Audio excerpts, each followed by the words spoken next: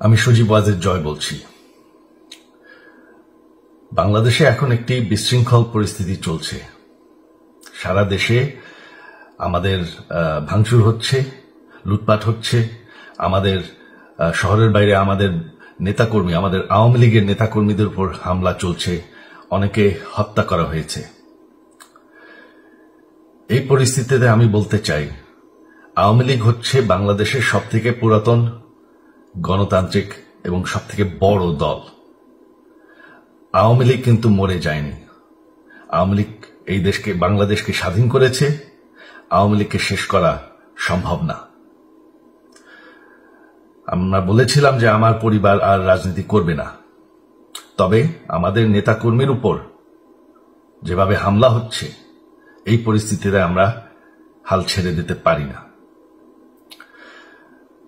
বাংলাদেশে যদি গণতন্ত্র, নতুন বাংলাদেশ গড়ে তুলতে হয়, আওয়ামী লীগ ছাড়া সম্ভব না।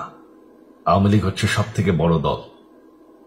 আওয়ামী লীগ কোথাও যাবে না, আওয়ামী লীগ শেষ হয়ে যাবে না। আওয়ামী লীগকে শেষ করা সম্ভব না। আওয়ামী লীগের নেতাকর্মীদের আমি সবাইকে আহ্বান জানাচ্ছি যে আপনারা সাহস নিয়ে দাঁড়ান। আপনারা একা না, আমরা আছি। বঙ্গবন্ধুর পরিবার কোথাও যায়নি, আমরা আপনাদের সাথে আছি। দেশকে, আমাদের নেতাকর্মীদেরকে, আওয়ামী লীগকে রক্ষা করার জন্য যা প্রয়োজন আমরা করতে প্রস্তুত।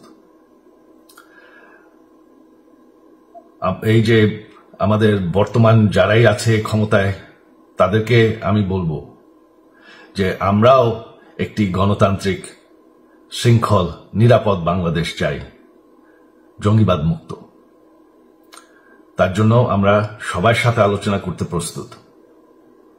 শুধুমাত্র তারা যদি জঙ্গিবাদ এবং ভায়োলেন্স বাদ দেয়। শেখ হাসিনা মরে যাননি,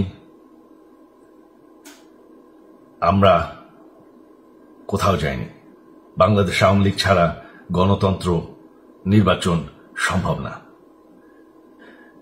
এই বলে আমি আমার কথা শেষ করছি। জয় বাংলা। মনে হচ্ছে আবারও আসবে তারা রাজনীতি করার জন্য। আর উনি যা বললো তা তো সবাই বুঝলেনি। গণতন্ত্র আওয়ামী লীগ ছাড়া হবে না।